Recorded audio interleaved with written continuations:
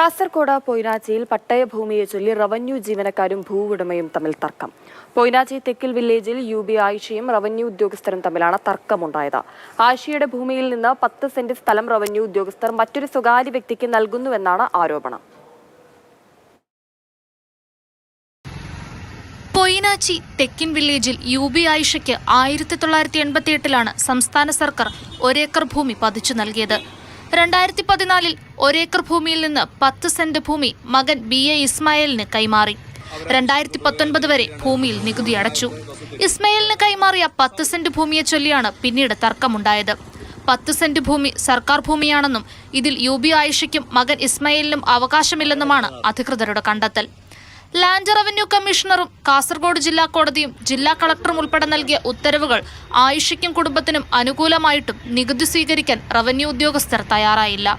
എൻ്റെ ഉമ്മക്ക് ഗവൺമെൻറ് പട്ടയം കൊടുത്ത ഭൂമിയാണ്. ഉമ്മ എനിക്ക് പട്ടയപ്രകാരം ഉദുമ രജിസ്റ്റർ ഓഫീസിൽ നിന്നും കൈമാറ്റം നടത്തി എനിക്ക് അതിൻ്റെ അകത്ത് മുന്നടച്ച രസീതുണ്ട്. 2019 വരെ അടച്ചിട്ടുണ്ട്.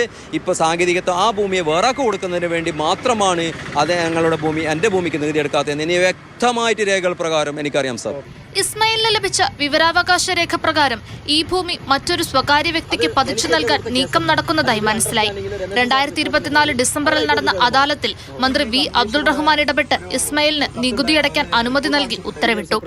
പക്ഷേ സാങ്കേതിക കാരണങ്ങൾ ചൂണ്ടിക്കാട്ടി റവന്യൂ വകുപ്പ് നികുതി സ്വീകരിക്കുന്നില്ലെന്നാണ് ഇസ്മായിലിന്റെ ആരോപണം. റവന്യൂ വകുപ്പിലെ ജോയിന്റ് കൌൺസിൽ അംഗങ്ങളാണ് ഈ നീക്കത്തിന് പിന്നിലെന്നും എതിർകക്ഷിയായ സ്വകാര്യ വ്യക്തി CPI പ്രവർത്തകനാണെന്നും ഇതിനോടകം ആരോപണമുയർന്നിട്ടുണ്ട്. പ്രശ്നത്തിന് പരിഹാരം കാണണമെന്നാവശ്യപ്പെട്ട് ഇസ്മായിലും കുടുംബവും 25 ദിവസമായി കളക്ടറേറ്റിന് മുന്നിൽ സമരത്തിലാണ്.